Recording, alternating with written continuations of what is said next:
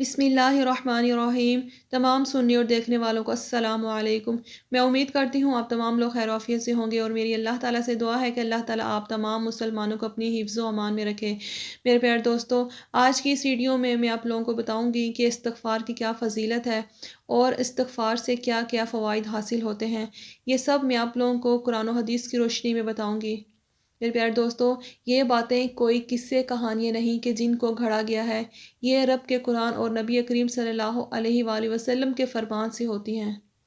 Video کا آغاز کرنے سے پہلے میری آپ لوگوں سے گزارش ہے کہ اگر آپ لوگوں نے میرے چینل انسپریشنل اسلام کو سبسکرائب نہیں کیا تو میری آپ لوگوں سے گزارش ہے کہ میرے چینل کو سبسکرائب کر دیں اور ساتھ ہی لگی بیل آئیکن کو بھی پریس کر دیں تاکہ میری آنے والی ہر نئی ویڈیو کی نوٹیفیکیشن آپ لوگوں کو سب سے پہلے مل سکے۔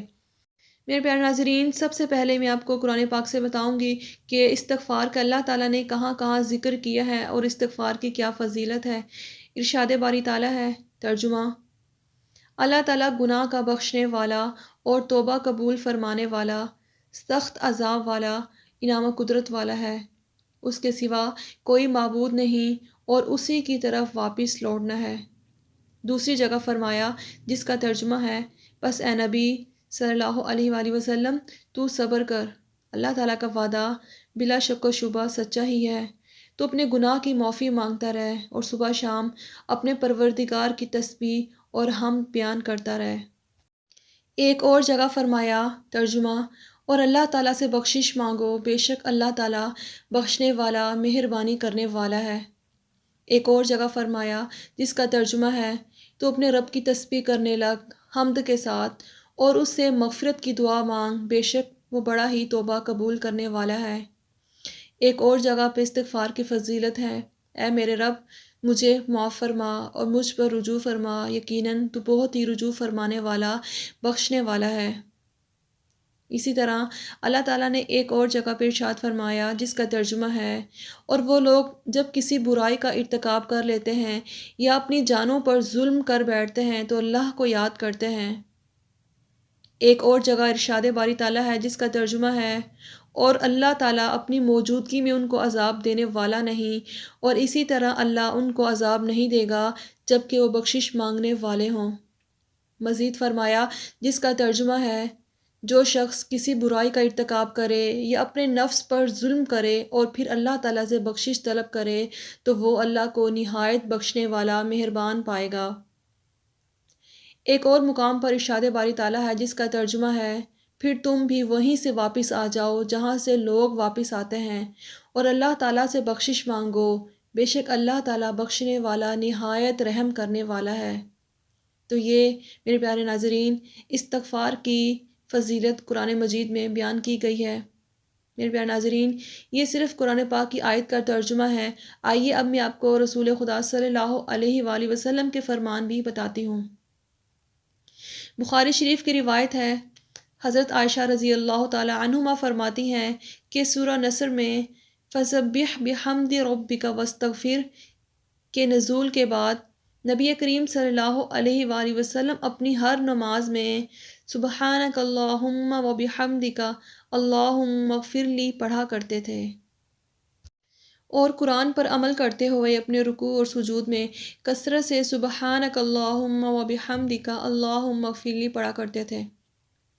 نبی کریم صلی اللہ علیہ وآلہ وسلم ایک ایک مجلس میں 100 مرتبہ اللہ تعالیٰ سے استغفار کرتے تھے، باوجود اس بات کے کہ اللہ تعالیٰ نے ان کے تمام اگلے پچھلے گناہوں کو معاف کر دیا تھا۔ انبیاء ویسے بھی گناہوں سے معصوم ہوتے ہیں، لیکن اس کے باوجود اللہ تعالیٰ سے استغفار کرنا تمام انبیاء کی سنت ہے۔ نسائی شریف کی روایت ہے، حضرت عبداللہ بن عمر رضی اللہ تعالیٰ عنہ فرماتے ہیں کہ میں نے نبی کریم صلی اللہ علیہ وآلہ وسلم کو ایک ہی مجلس میں 100 مرتبہ استغفر اللہ کہتے ہوئے سنا۔ حضرت ابو ہریرہ رضی اللہ تعالیٰ عنہ سے روایت ہے کہ میں نے نبی کریم صلی اللہ علیہ وآلہ وسلم کو تکبیر تحریمہ اور قرات کے درمیان کچھ دیر کے لیے خاموش رہتے دیکھا تو میں نے کہا، یا رسول اللہ صلی اللہ علیہ وآلہ وسلم، میرے ماں باپ آپ پر قربان، تکبیر اور قرات کے درمیان آپ کیا پڑھتے ہیں؟ تو نبی کریم صلی اللہ علیہ وآلہ وسلم نے فرمایا، میں اس وقت بھی دعا استغفار پڑھتا ہوں۔ ایک روایت ہے، حضرت عائشہ رضی اللہ تعالی عنہما فرماتی ہیں کہ جب نبی کریم صلی اللہ علیہ وآلہ وسلم کا آخری وقت تھا تو انہوں نے اپنی کمر سے ٹیک لگائی ہوئی تھی اور یہ کہہ رہے تھے، اللہم اغفر لی۔ نبی کریم صلی اللہ علیہ وآلہ وسلم نے فرمایا، جو شخص یقین کامل کے ساتھ صبح کی نماز کے ساتھ سید الاستغفار پڑھے گا، اگر اسی دن شام سے پہلے مر گیا تو سیدھا جنت میں جائے گا، اور اسی طرح جو شخص یقین کامل کے ساتھ مغرب کی نماز کے بعد سید الاستغفار پڑھے گا، اگر اسی رات صبح سے پہلے مر گیا تو سیدھا جنت میں جائے گا۔ میرے پیارے دوستو، کبھی آپ نے سوچا استغفار کے دنیا اور آخرت میں کیا فوائد ہیں؟ آئیے آج آپ کو میں یہ بھی بتا دیتی ہوں۔ نبی کریم صلی اللہ علیہ وآلہ وسلم نے فرمایا، استغفار کرنے والا ایسا ہی ہے جیسے اس نے گناہ ہی نہ کیا ہو، یعنی استغفار سے بندہ ایسے ہو جاتا ہے جیسے وہ بھی اپنے ماں کے پیٹ سے آیا ہو۔ سبحان اللہ۔ میرے پیارے دوستو، ہم سب اللہ تعالیٰ سے پیار کرتے ہیں، لیکن آپ لوگوں نے کبھی یہ سوچا کہ اللہ تعالیٰ کس سے پیار کرتا ہے؟ آئیے یہ بھی جان لیں۔ سورہ بقرہ میں اللہ تعالیٰ فرماتے ہیں، اللہ تعالیٰ توبہ کرنے والوں کو اور پاک رہنے والوں کو پسند فرماتا ہے۔ سچی اور خالص توبہ کرنے والوں کے اللہ تعالیٰ تمام گناہ معاف فرما دیتا ہے، اور ایسی جنتوں میں اللہ تعالیٰ ان لوگوں کو داخل کرے گا جس کے نیچے سے نہریں بہہ رہی ہوں گی۔ ترمذی شریف کی روایت ہے، نبی کریم صلی اللہ علیہ وآلہ وسلم نے فرمایا، آدم کا ہر بیٹا خطا کار ہے، اور بہترین خطا کار وہ ہے جو اللہ تعالیٰ سے اپنے گناہوں کی معافی مانگ لے۔ سورہ نوح میں اللہ تعالیٰ نے توبہ استغفار کے 4 فائدے بتائے ہیں۔ توبہ کرنے سے اللہ تعالیٰ بارش برساتا ہے، اور توبہ کرنے سے اللہ تعالیٰ مال اور اولاد دیتا ہے، اور توبہ کرنے سے اللہ تعالیٰ باغات دیتا ہے۔